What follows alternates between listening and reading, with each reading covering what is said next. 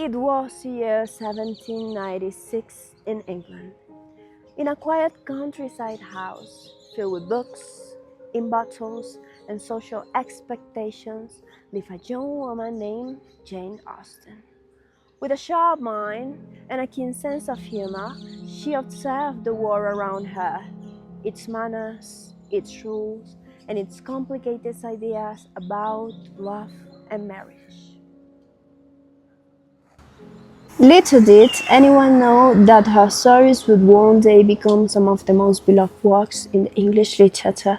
But for now, she was only a young girl, extremely honest about the behavior of the people around her, which meant she possessed something rather dangerous for a woman. A wedding ring? Opinions, indeed. But why does every man in this town believe that proposing marriage counts as a personality?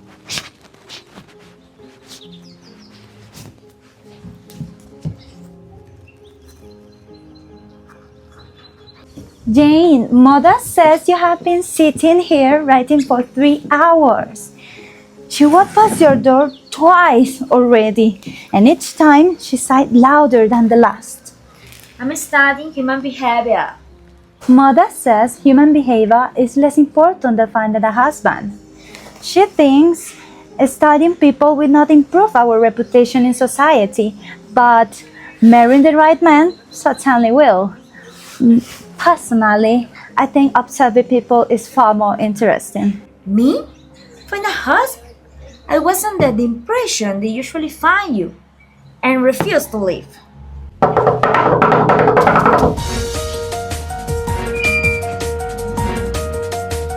Oh no.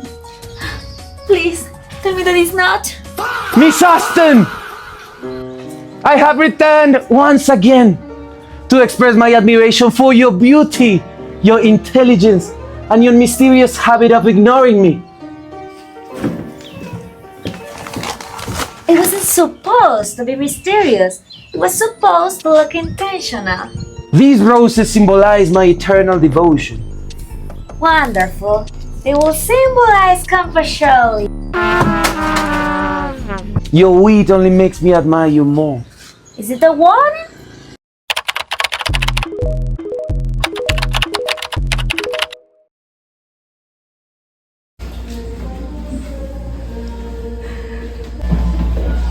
Jane, you are 21 years old.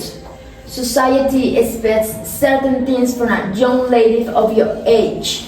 Marriage, stability, polite conversations. Not books filled with criticism. They are not criticism. They are observations. They are insults. Accurate insults. Personally, I think the problem is not Jane. The problem is that reality keeps providing her with excellent material. Honestly, if people behaved a little less ridiculously, Jane would have far less to write about. A respectable woman should marry a wonderful man and live happily ever after. Being married and happy. That was a good one. Not as good as wonderful and man next to each other. I must confess, I rarely see those two words in the same sentence without some degree of exaggeration. Miss Austen! Ay, miren el chocorramito que destapé. I have returned once again with chocolates as a symbol of my affection. Thank you. You truly shouldn't have bothered me. Surely you mean I should have not bothered myself. No, I meant you shouldn't have bothered me by coming here. My admiration grows stronger every time you reject me.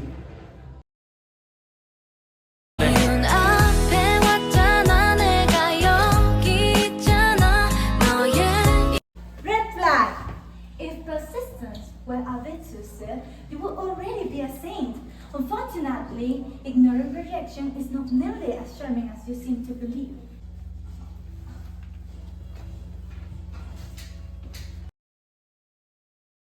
Miss Austen, will you marry? God forbid!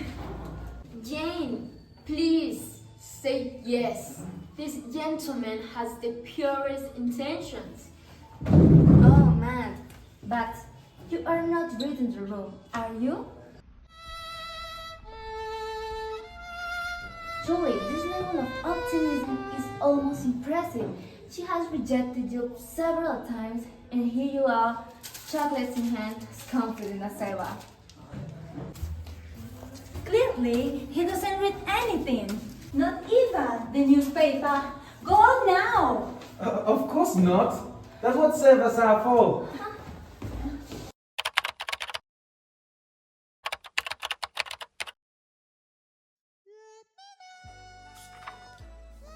Most women will love someone who chases them, gets excited every time he sees them, and is loyal forever.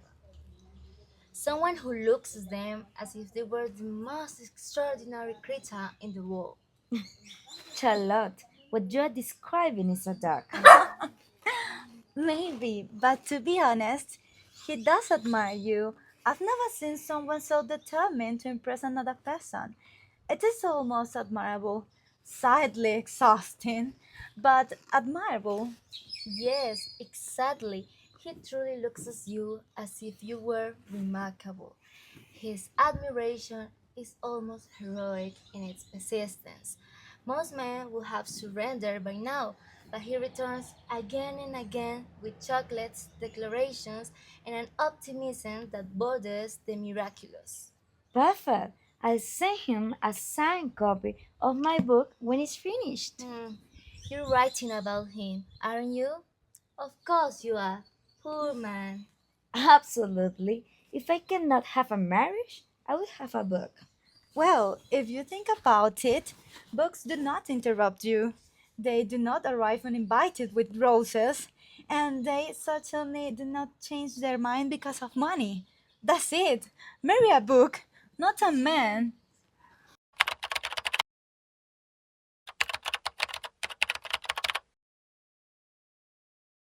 Jane, I know. I often appear foolish, but I truly admire you. You are clever and fearless. You say things other people are afraid to say. We are perfect for each other. We even finish each other's Sandwiches? sentences. Okay, now, Jane, there is something I must tell you. My family believes I should marry someone wealthier. So the problem is not that I am disagreeable. The problem is that I am poor. Jane, I never meant. Do not worry. I'm an independent woman and I know my way home. Wait. Could I borrow £2 for the carriage?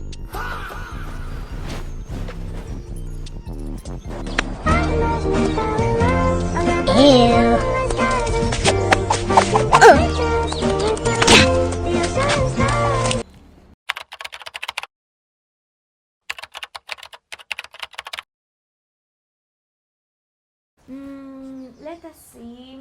A proud man and a woman who refuses to tolerate nonsense.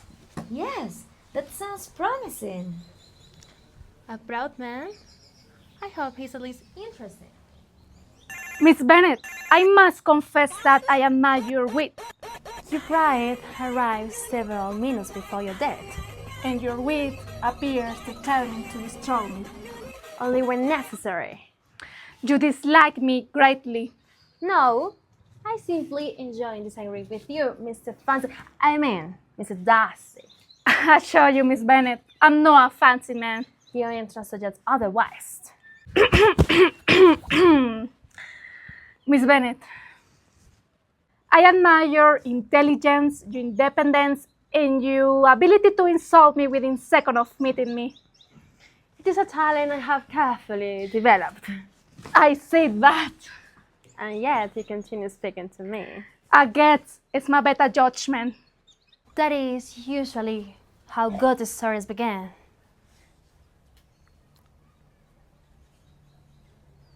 Miss Bennet, I believe you misunderstand me. Mr. Darcy, I assure you, misunderstanding you is the most entertaining part. Perfect! A romantic disaster, but with better dialogue.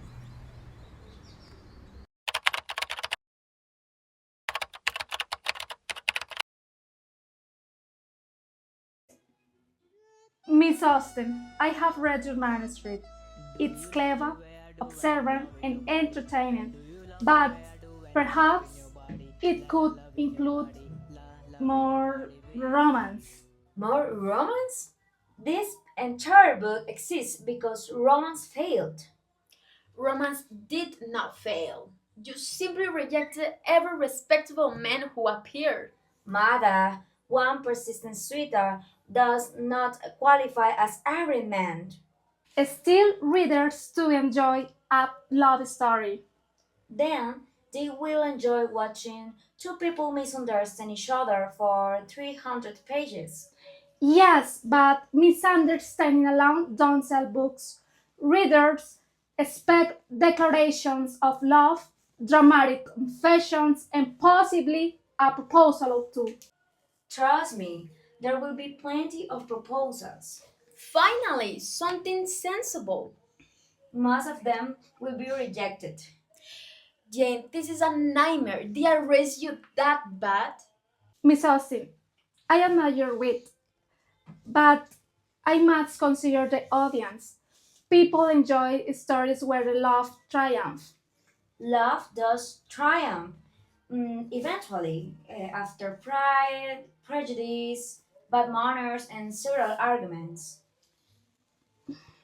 That sounds complicated. Human relationships usually are. Or they could simply marry and save everyone the trouble.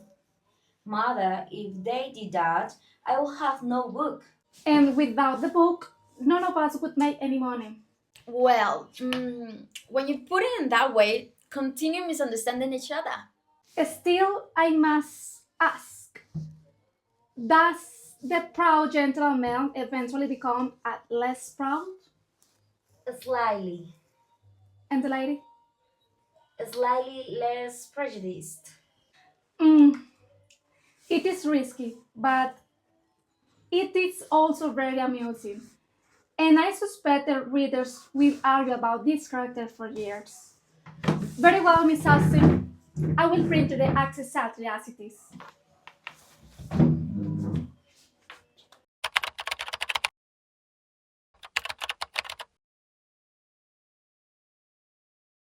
She never married, choosing instead a life dedicated to writing, observing society, and turning its many absurdities into stories. In 1817, she died at the age of 41 in Winchester, England. After her death, however, her stories traveled far beyond the small towns she once wrote about. They were translated, studied, adapted into films, and loved by millions of readers all over the world. Generations discover her wit, her sharp observations of society, and her unforgettable characters. Today, more than 2 centuries later, her stories continue to inspire readers, proving that the things she wrote about love, misunderstanding, and human nature are truly timeless. All of this happened because one woman chose something unusual for her time. She chose to write exactly what she thought about the world around her.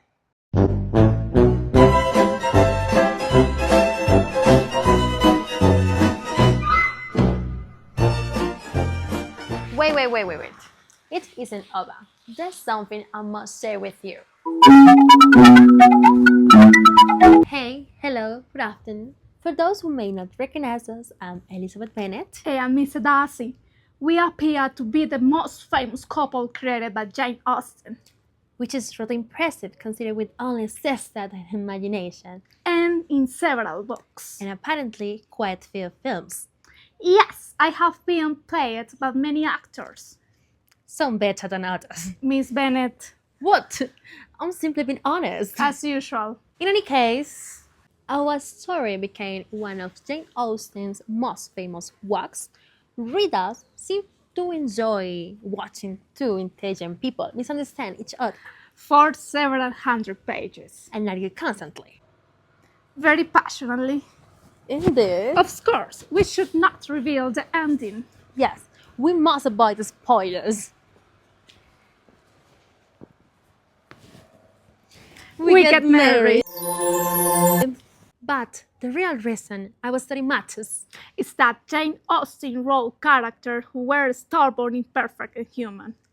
people who learn from their mistakes Eventually, and people who discover that love sometimes appears where you least expect it.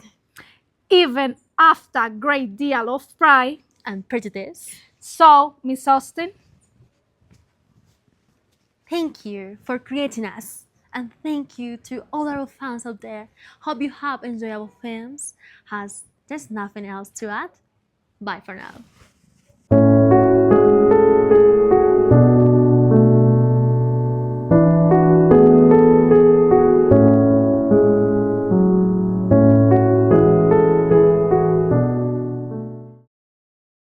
That's all, folks. Believe me, believe me. Or is it?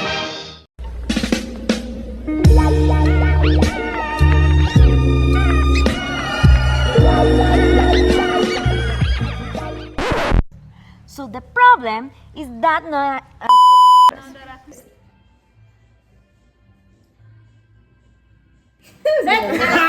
Action! In the in 1870. Espérate, que pasó la moto. Espérate, la última ya.